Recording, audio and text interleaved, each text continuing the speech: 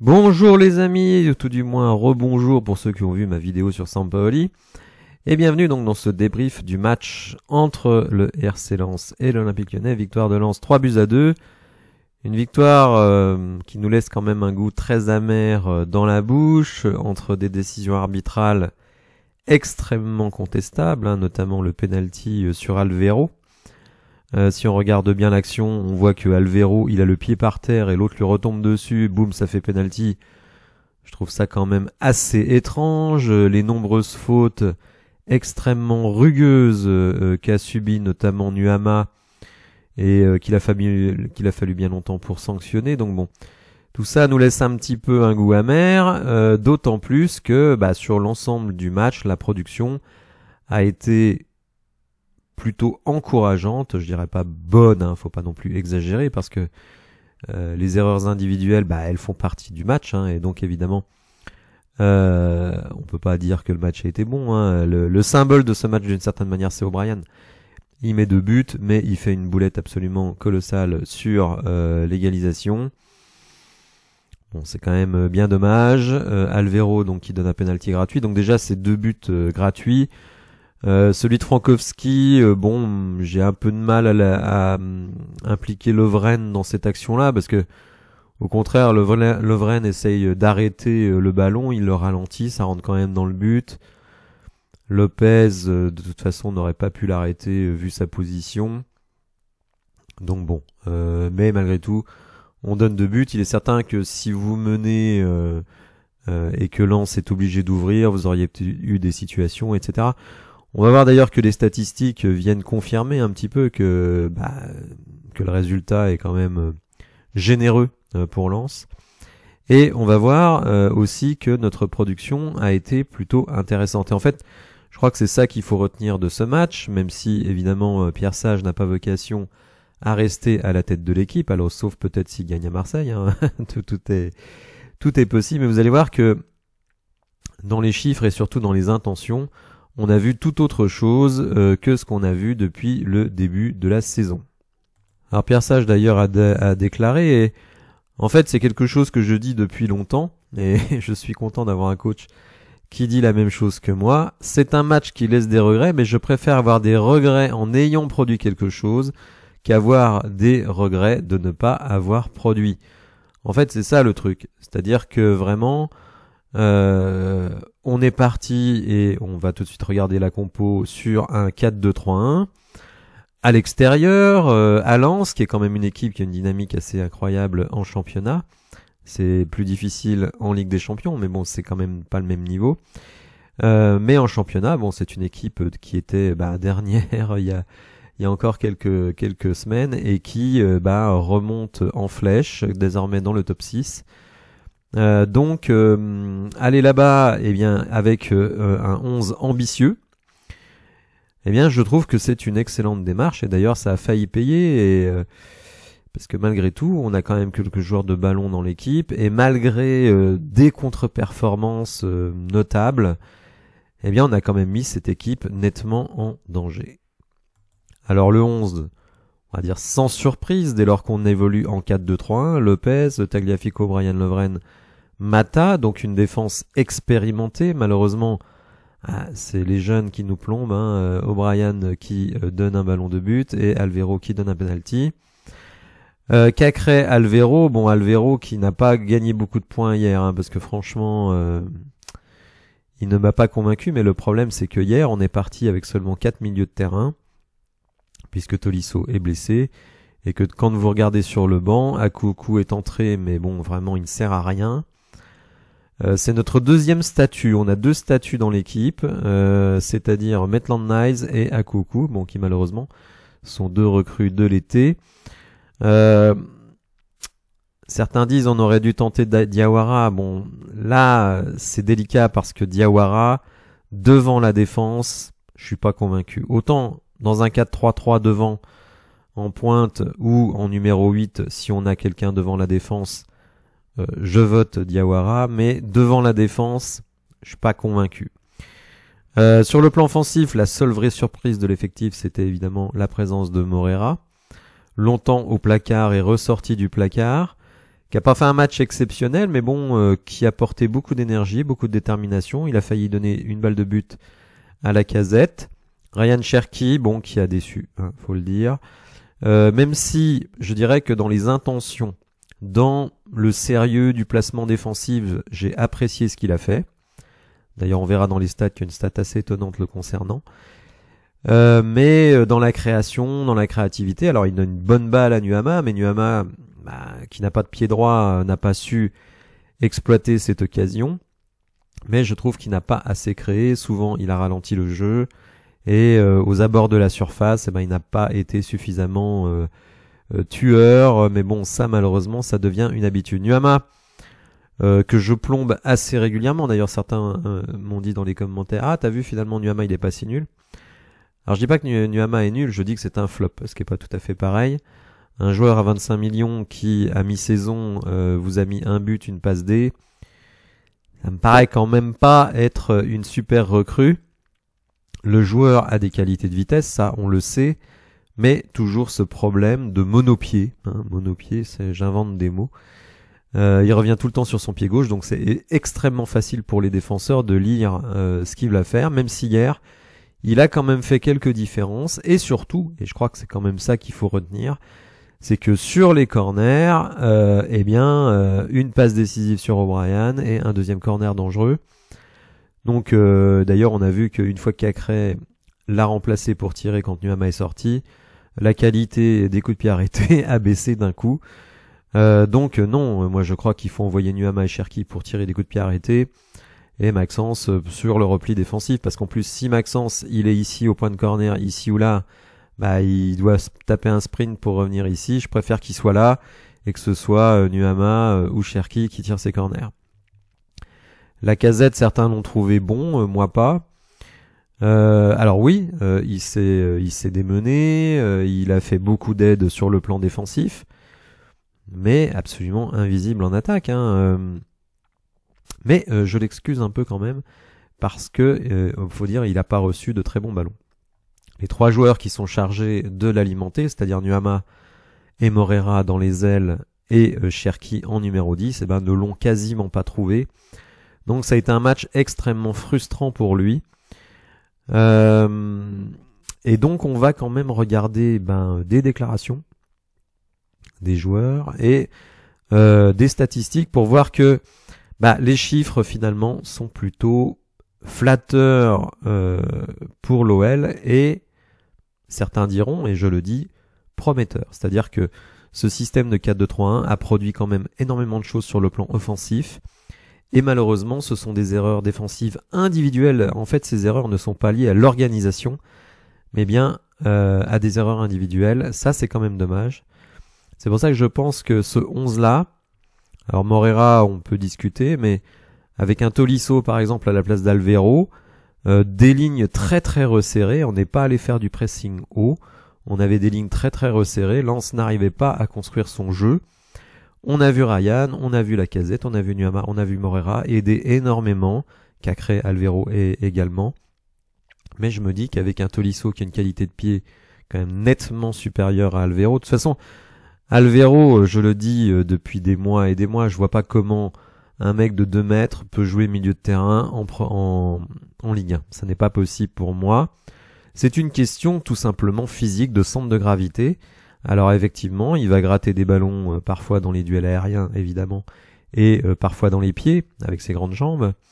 Mais par contre, dès qu'il a le ballon dans les pieds, c'est catastrophique. À un moment donné, il s'est même croûté tout seul, parce qu'il s'en mêle les pinceaux. Donc moi, je trouve que ce joueur, il n'est pas du tout adapté à la Ligue 1. Donc encore une erreur de recrutement cet été, comme de très très nombreuses erreurs de recrutement cet été. Ne vous inquiétez pas, pendant la trêve, on va faire le point sur les recrues et vous allez voir que ça pique les yeux. Et Mathieu Louis-Jean, évidemment, chef de la cellule de recrutement, ne sera pas épargné de critiques de ma part, avec des éléments concrets, puisqu'il y a les joueurs qui sont arrivés, il y a ceux qui ne sont pas arrivés, il y a également un entraîneur qui est arrivé, choisi par Mathieu Louis-Jean. Donc pour moi, bilan catastrophique, vraiment calamiteux, puisque outre ces trous dans le 11, hein, c'est-à-dire Morera, Nuama, pour moi c'est des trous, Alvero également. Dès qu'on regarde sur le banc, sur le plan offensif, vous avez un Kadewere, un Baldé. Faut bien dire que ça fait pas rêver. Et au milieu de terrain, Diawara c'est pas mal, mais ça peut jouer que numéro 8. Et Akuku, ça peut jouer nulle part. Donc finalement, très très peu de solutions de remplacement sur le plan offensif. Il faut dire aussi que Pierre Sage avait fait un choix très très surprenant, c'est de ne pas prendre Jefinho. Alors je ne sais pas ce qui se passe avec Jefinho. On savait qu'il était déprimé. Là maintenant, je ne sais pas dans quel état il est, mais en tout cas, on ne le voit plus dans les matchs. Comme je l'ai d'ores et déjà dit, il faut le renvoyer au Brésil. Je n'ai rien contre lui, hein, attention, moi j'ai rien contre Jefinho. Je pense que c'est un bon gamin, mais il n'est pas fait pour jouer à l'étranger. Il ne se sent bien que chez lui. Si vous voulez, c'est un petit peu le TJ Savanier brésilien, c'est-à-dire quelqu'un qui va être bon sur le terrain, qui va pouvoir produire s'il se sent heureux dans sa vie personnelle, et il ne se sent heureux que quand il est chez lui. Donc il est venu à Lyon pour prendre son petit million de salaire, mais par contre il est malheureux comme une pierre, et il a 25 ans, il est marié, je crois qu'il a un enfant ou une petite fille, je ne sais plus. Mais voilà, renvoyez-les au Brésil. On peut tout à fait le prêter, par exemple, quitte à prendre la moitié du salaire, je ne sais pas. Mais pour lui et pour nous, il faut que Jefinho rentre au Brésil. Ce qui d'ailleurs interroge sur le modèle de John Textor, qui pense que tout le monde est aussi mobile que lui. Non, c'est pas parce que vous allez chercher des jeunes Brésiliens et que vous leur faites miroiter d'aller en Europe qui vont être heureux, tout simplement parce qu'ils ne peuvent pas s'adapter, ils peuvent ne pas être faits pour ça. Donc le truc de dire on va prendre plein de jeunes d'Amérique du Sud, les développer, les envoyer en Europe et faire des transferts et faire du pognon là-dessus, ça a ses limites, et je trouve que Jefinho, qui est le premier joueur, on va dire emblématique de ce système multiclub, est un fiasco monumental. Un but. Écoutez-moi bien les amis. On est le 3 décembre. Jefinho, il est arrivé en janvier. En un an, Jefinho, c'est un but en championnat, et un but en plus qui ne sert à rien, puisque c'était à Nice où on était mené 3-0 et on revient à 3-1 et on perd 3-1. Donc vraiment un bilan catastrophique pour ce joueur, acheté, je le rappelle, quand même plus de 10 millions. Donc il faut que John Textor il arrête de faire le mercato, il arrête de faire le directeur sportif. Alors justement, on a un directeur sportif, Monsieur Friot, qui va peut-être nommer Sampaoli, sauf s'il est un peu plus malin que ça et qui se dit je vais pas me foutre les supporters lyonnais à dos en mettant un entraîneur de Marseille, puisque je vous ai interrogé par sondage ce matin sur l'option Sampaoli, et comme moi, globalement, très très majoritairement, vous êtes contre la nomination de cet entraîneur. Bon, vous le voyez, 266 votes, 73% contre, c'est quand même quasiment 3 quarts. 3 supporters sur 4 qui sont contre l'arrivée de Sampaoli. Pour Sampaoli, mais aussi tout simplement parce que ça fait un Marseillais de plus dans l'organigramme, et moi je le dis franchement, ça me casse les pieds. Je n'ai pas envie qu'on soit une annexe des rebuts de Marseille. Je préfère, si on doit se planter, je préfère qu'on continue avec Pierre Sage. D'ailleurs, dans les commentaires, c'est ce que vous dites de manière très très importante. Autant continuer avec Pierre Sage, au moins jusqu'à l'hiver, et on voit ce qui se passe avant de se jeter sur un Sampaoli. Mais comme on a confié les clés du camion à un ancien de l'OM, il faut s'attendre à tout et surtout au pire. Alors une des stats principales de ce match, qui, on va dire, nous donne un petit peu d'espoir malgré tout, c'est les 2,70 XG, donc 2,70 expected goals. Et pendant le match, enfin tout du moins à la fin du match, j'ai dit, je pense, et j'en étais même tout à fait convaincu, qu'il n'y a pas beaucoup d'équipes qui, depuis que Lens est devenue une équipe, on va dire, du haut de tableau, ont claqué un 2,7 XG face à Lens. peut-être à domicile face à Lens, mais en tout cas à Lens. Et vous voyez que j'avais raison, puisque cette saison, donc 2023-2024, après tous ces matchs joués, que ce soit en championnat ou en Coupe d'Europe, eh bien, personne n'a eu plus d'XG face à Lens que nous. Même Arsenal, qui leur a planté 6-0, avait 2,6 XG. J'ai regardé la saison dernière où Lens était deuxième du championnat quand même. Et vous voyez que le plus haut total d'XG, c'était Auxerre, qui d'ailleurs avec 3,3 XG avait marqué 3 buts. Bon, je pense que c'était vraiment une exception, puisque Auxerre depuis est descendu en deuxième division. Et vous voyez que Lille avait fait 2,6. Sinon, personne n'avait fait 2,7 face à Lens. Donc, c'est une vraie performance. Malheureusement, évidemment, on termine sur une défaite. Mais déjà contre Lille, malheureusement, alors il y avait encore Fabio Grosso, déjà contre Lille, on avait plus d'XG que notre adversaire. Et là, 2,7 XG, normalement, c'est 3 buts marqués. Lens finit à entre 1,8 et 2 XG, sachant que ils ont 0,75 d'XG sur le penalty, ce qui veut dire qu'en réalité, ils sont à 1,2, 1,3 grand maximum. Donc le score final aurait dû être 3-2 ou 3-1, mais en faveur de Lyon et pas l'inverse. Mais qu'est-ce que vous voulez, c'est le haut niveau. Quand vous donnez des buts gratuits à l'adversaire, et nous, on le fait quasiment à chaque match, puisque le clean sheet, c'est quelque chose qui nous est quasiment inconnu cette saison. Eh bien, évidemment, comme en plus on ne convertit pas nos occasions, faut pas s'étonner qu'on soit dernier du championnat. Alors, comme moi et comme un certain nombre d'autres suiveurs de l'Olympique Lyonnais et supporters, Anthony Lopez, lui, essaye de plutôt voir le côté positif. Et d'ailleurs, c'est ce qu'il dit ici. Dans le progrès, ce sont des bases sur lesquelles s'appuyer au Vélodrome. On est dans une telle urgence de points qu'on aura besoin de gagner à Marseille. Ça ne sert à rien d'avoir peur, il va falloir des soldats pour se sortir de cette situation très compliquée. Bon, vous me direz, c'est ce qu'on entend quasiment à la fin de tous les matchs, mais en tout cas, effectivement, ce serait quand même extrêmement jouissif d'aller chercher les 3 points à Marseille, mais ne nous avançons pas trop.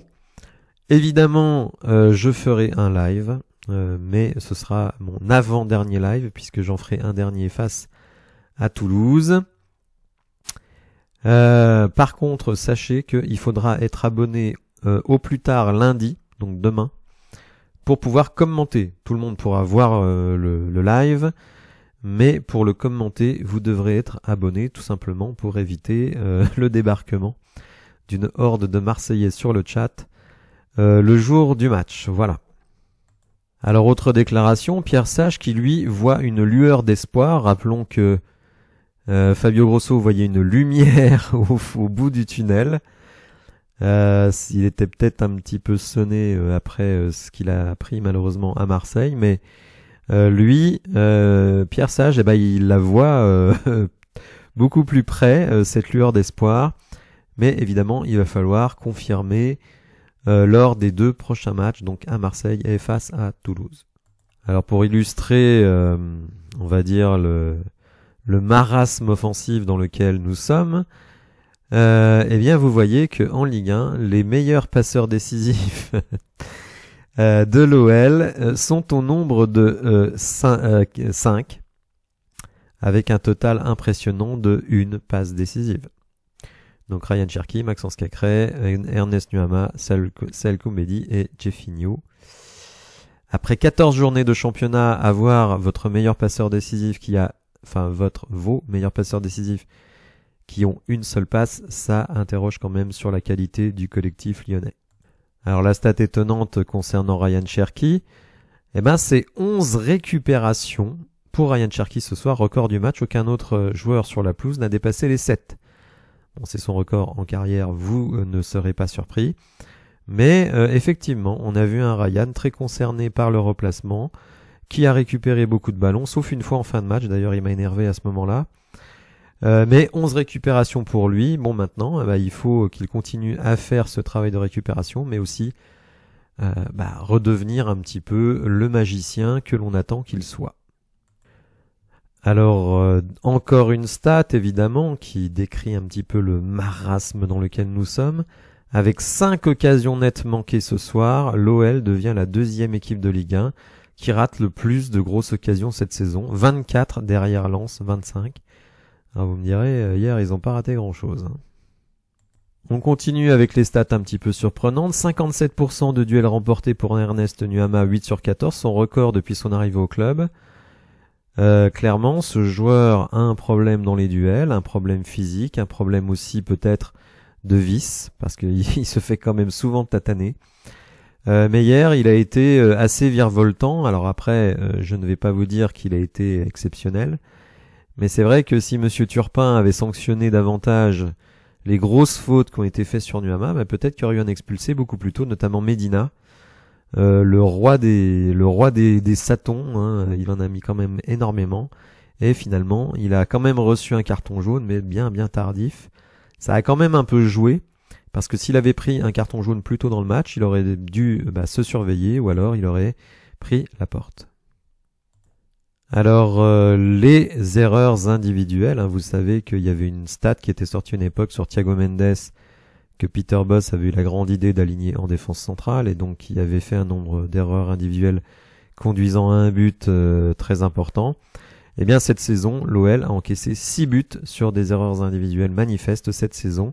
Malheureusement, DataOL ne nous a pas donné quel est notre classement en Ligue 1 sur ce type de faute. Alors après ce déluge de stats, évidemment, en interview post-match, Alexandre Lacazette a été interrogé alors sur le match en disant qu'effectivement on doit être plus efficace dans les 2 zones de vérité, etc., etc. Mais vous allez écouter, je peux pas passer la vidéo parce que sinon YouTube va me bloquer. Donc on va juste écouter le son de ce qu'a dit Alexandre sur, on va dire, la manière dont sont relayées l'attitude, dont est relayée l'attitude des cadres de l'Olympique Lyonnais, et sans doute fait-il aussi référence au départ de Fabio Grosso. Donc on va écouter ceci. J'entends beaucoup de choses, je préfère rien dire parce que c'est facile de parler, de lancer des rumeurs et que tout le monde y croit. Maintenant, je pense que le directeur prendra la parole bientôt pour souligner ce qui s'est passé. Et on comprendra mieux, enfin les gens comprendront mieux ce qui s'est passé plutôt que de nous mettre la faute à nous les Lyonnais et les cadres de cette équipe. Voilà, donc Lacazette promet des révélations de la part du directeur. Alors est-ce que c'est le directeur sportif? Je ne sais pas. Sur la période Grosso, les infos qui sont sorties. Est-ce que nos cadres sont très méchants? Est-ce qu'il y a un gang des Lyonnais? Bon, évidemment, on peut se douter que le directeur sportif ne va pas dire les joueurs ont eu la tête du coach, etc., etc. Donc évidemment, on suivra ça avec intérêt. Donc voilà pour ce débrief. Donc vous l'avez compris, hein, comme l'a dit hier quelqu'un dans le chat, malheureusement je ne me souviens plus du pseudo ou du nom de la personne, mais on est déçu, mais on n'est pas dégoûté. Hier, on a vu du football, et je pense très sincèrement que si on joue comme cela, avec le même état d'esprit, avec peut-être un Tolisso en forme au milieu de terrain, peut-être davantage de rotation, un Jeffinho qui aurait retrouvé ses esprits pour nous apporter un petit peu de technique au niveau offensif, bien écoutez, moi je pense qu'effectivement on peut envisager de gagner des matchs, notamment les matchs qu'il faut. Comme on l'a souvent dit, ça n'avance pas très vite devant nous. Bon, vous me direz, nous on n'avance pas beaucoup non plus, mais disons que on peut peut-être avoir plus d'optimisme sur la suite de la saison après ce match, face quand même à un gros du championnat. Faut quand même pas minimiser ce qu'est Lens, qui a quand même battu Arsenal à domicile. Hein. Ils ont pris une rouste cette semaine, mais ils avaient quand même battu Arsenal. Donc voilà, n'hésitez pas à me dire ce que vous pensez de tout ça dans les commentaires. Je vous souhaite une bonne fin de dimanche. Et je vous dis à bientôt, notamment mercredi, pour le live de l'Olympico, en espérant réussir quelque chose de grand. Merci de m'avoir suivi. Au revoir.